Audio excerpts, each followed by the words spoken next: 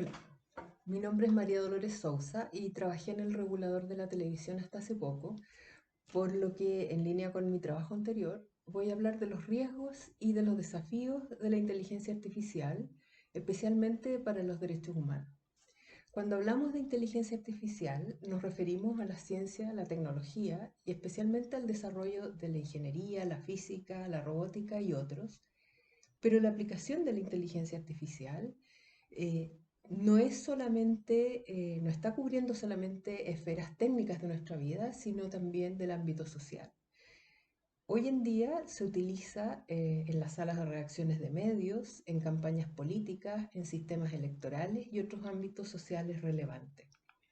Entonces, cuando esta tecnología va más allá de resolver problemas específicos, cuando pensamos en el amplio campo, por ejemplo, de las instituciones, de la esfera pública y el funcionamiento de la sociedad y en la vida cotidiana, tenemos que pensar en el significado, pensar en el sentido e incluso en la confianza. Hacer que las máquinas sean inteligentes es permitirles aprender de los datos, como define inteligencia Niels Nilsson, funcionar apropiadamente y con previsión en su entorno. Esta definición también la utiliza el glosario de Derecho Práctico del Reino Unido. Según la Organización de Estados Americanos, la OEA, que reúne a 35 estados de norte a sur, incluyendo el Caribe, la inteligencia artificial generativa y las tecnologías detrás impactan los cuatro pilares fundamentales de la OEA, comillas, desarrollo, democracia, derechos humanos y seguridad. Estas preocupaciones están en línea con las de la OCDE, una organización intergubernamental de 38 países. El desarrollo de la inteligencia artificial es muy relevante. Ayuda a fomentar el crecimiento económico, puede actualizar grandes cantidades de datos para orientar los programas sociales, ayuda a mejorar vidas y brinda soluciones basadas en la ciencia para el acceso a alimentos, agua, energía, salud, todo esto según la Organización de Estados Americanos. Hoy en día, la información es básica. Nuestras sociedades son informacionales y gran parte de ellas depende de Internet. Según Europol, la agencia policial de la Unión Europea, el 90% del contenido en línea podría ser generado y manipulado por inteligencia artificial para el año 2026. La inteligencia artificial es una tecnología poderosa y los algoritmos son sistemas de toma de decisiones. En nuestra vida cotidiana, gran parte de los procesos de toma de decisiones se realizan mediante algoritmos, porque están programados para resolver problemas específicos a partir de una serie de datos. Pueden servir para sugerirnos una serie en Netflix o qué periódico leer en línea, dependiendo de nuestras elecciones pasadas. En las organizaciones se puede utilizar algoritmos para la selección de personal, para conceder un préstamo bancario y para el reconocimiento facial. En el sistema judicial, por ejemplo, los algoritmos de evaluación de riesgo se pueden utilizar para predecir quién tiene probabilidades de cometer un delito o convertirse en víctima. Dependiendo del nivel de importancia, la resolución de problemas y la toma de decisiones en base a inteligencia artificial conlleva diferentes tipos de riesgo, que también pueden plantear distintos niveles de daño. Algunos de ellos son producto de errores técnicos o humanos, como en cualquier otro ámbito de la vida. Por ejemplo, imprecisiones o simples errores. Pero estos riesgos, hay algunos de ellos son intencionales, como el malware o las falsedades alimentadas en los sistemas para generar información errónea y noticias falsas. Entonces, los datos son muy importantes. ¿Y de dónde provienen? La inteligencia artificial generativa trabaja con datos y los datos deben tomarse de alguna parte, ¿cierto?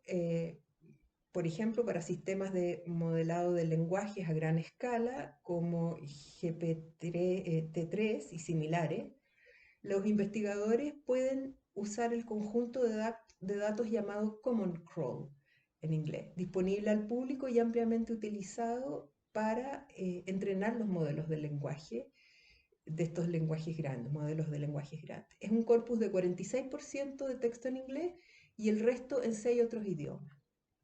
Otro conjunto de datos se llama The Pile, muy utilizado también, un texto en inglés de 825 gigabytes, en su mayoría de fuentes académicas y profesionales. La calidad de los resultados, por supuesto, entonces, va a depender de los datos, pero también de la modelización o entrenamiento que se use, ¿cierto?, para este software. No es solo una cuestión de cantidad de datos, sino de diversidad. Cuando hablamos de datos, según los científicos, es necesario mejorar los grandes conjuntos de datos. Y en su mayoría los científicos lo hacen, ¿no? Añadiendo bases de datos más pequeñas, diversas y de alta calidad. Pero los conjuntos de datos son fragmentos de información existente que viene de diferentes fuentes y que están insertas cultural e históricamente en un contexto de tradiciones, de valores y visiones de mundo.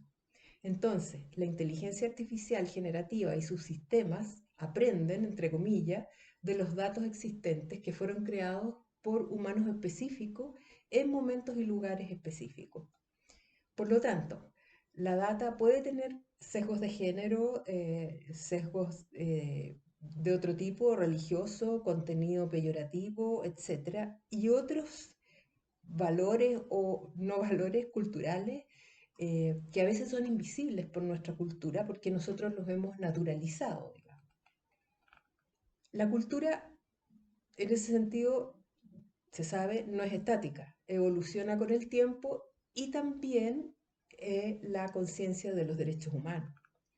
Así, lo que parece normal en un lugar o en un tiempo puede considerarse inadecuado en otro lugar o en otro tiempo. Es por ello que existe una serie de estrategias para abordar el problema a nivel previo de datos o ya a nivel de los datos. De modo que los usuarios de estos últimos, los técnicos que van a hacer estos modelajes y estos software, pueden detectar contenido que puede ser inapropiado. Por ejemplo, hay softwares que incluyen modelos de toxicidad para recuperar ciertos datos y sacarlos, digamos, y cierto tipo de contenido. Por ejemplo, contenido sexual explícito, por decir. Otros sistemas pueden ejecutar pruebas de coocurrencia para descubrir si los prejuicios hacia algunos grupos de personas eh, están asociados, por ejemplo, las palabras a sentimientos negativos.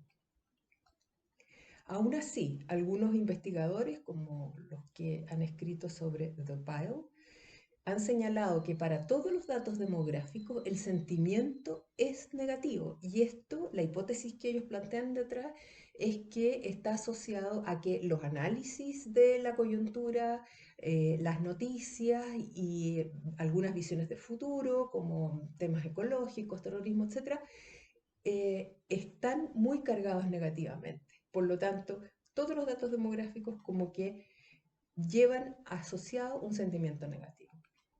Por ejemplo, los análisis de datos actuales en diversas materias siempre tienen o tienden a tener connotaciones negativas y eso nos demuestra cuán ligados están nuestros datos a nuestra cultura. ¿Y qué pasa con los modelos matemáticos y la estadística? Hemos visto que la inteligencia artificial trabaja con datos, pero ¿cómo funciona? Podemos enfrentarnos aquí a una serie de problemas, me voy a referir solo a dos. La primera es que los modelos, el primer problema, se basarán en información ya procesada, ¿no? Como dijimos delante, artículos académicos, libros, noticias. Y por lo tanto, no podrán prever situaciones emergentes y nuevas formas de razonamiento, ideas emergentes. Y aunque el análisis puede tener en cuenta una gran cantidad de datos, no puede transmitir significado a situaciones sociales complejas, ni analizar contenidos de una forma crítica, ni tampoco de una forma con ciertos sentimientos hacia el futuro, por ejemplo, propuestas, como lo haría la interpretación humana. Un ejemplo de esto es una serie que se llama Nada para Siempre, generada por inteligencia artificial, que fue estrenada en Twitch y Twitter y que tuvo que ser retirada por contenido homofóbico. Y eso porque se basa en datos anteriores. De hecho, un artículo de Santiago López de la Cruz de la Universidad de la República de Uruguay llama a estas series o estas películas pastiche. Son narrativas digitales copiadas de contenidos preexistentes, afirma, y que de este modo cancelan, según él, el futuro.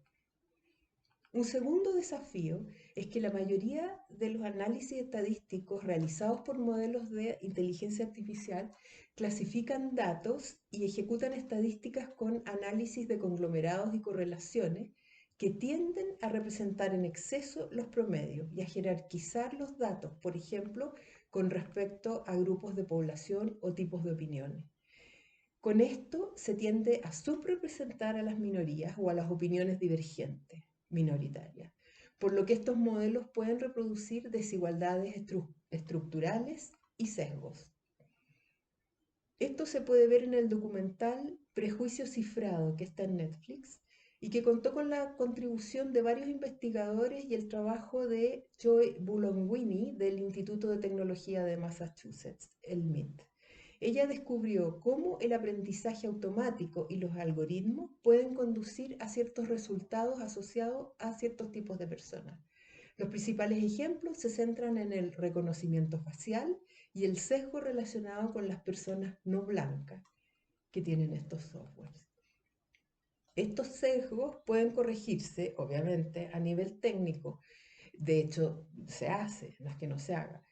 Pero los investigadores o expertos en software tienen que hacerlo de manera intencional, con un propósito científico o ético incluso. Por ejemplo, velando por la no discriminación, el respeto a valores sociales como la pluralidad, la inclusión o la participación.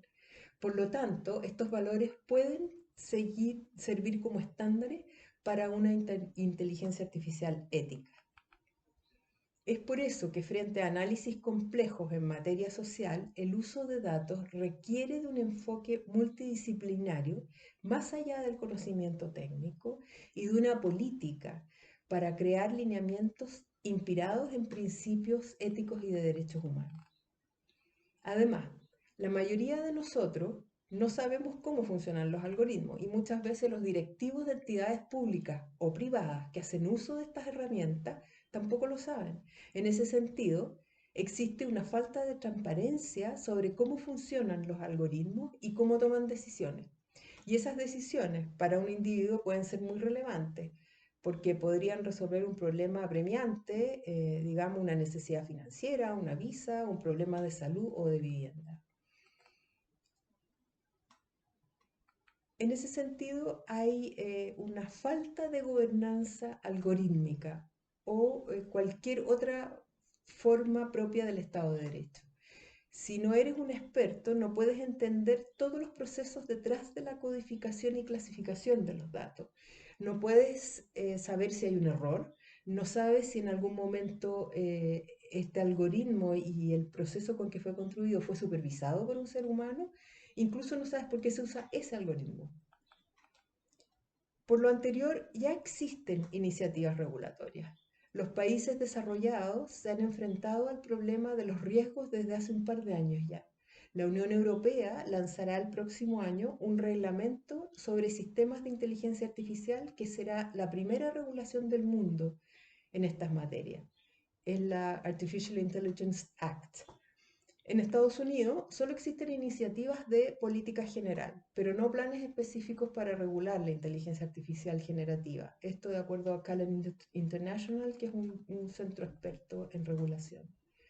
A principios de septiembre, el gobierno canadiense lanzó una consulta sobre un código de prácticas no vinculante para regular los principales aspectos de la inteligencia artificial generativa.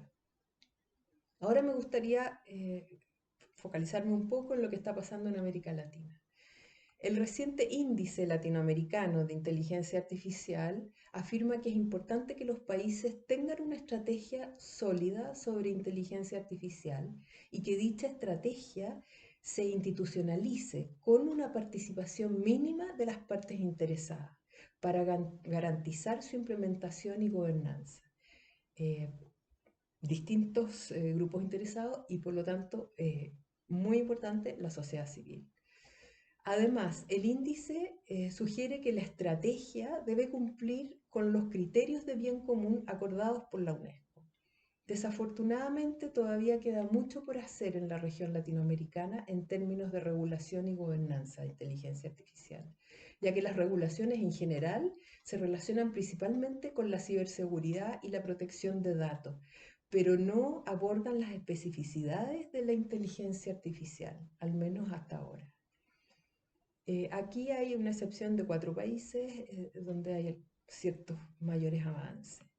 El índice concluye que los desafíos y los riesgos de la inteligencia artificial deben abordarse antes de que superen sus oportunidades, precisamente porque, como se mencionó anteriormente, es una tecnología poderosa que abarca casi todos los ámbitos de nuestras vidas.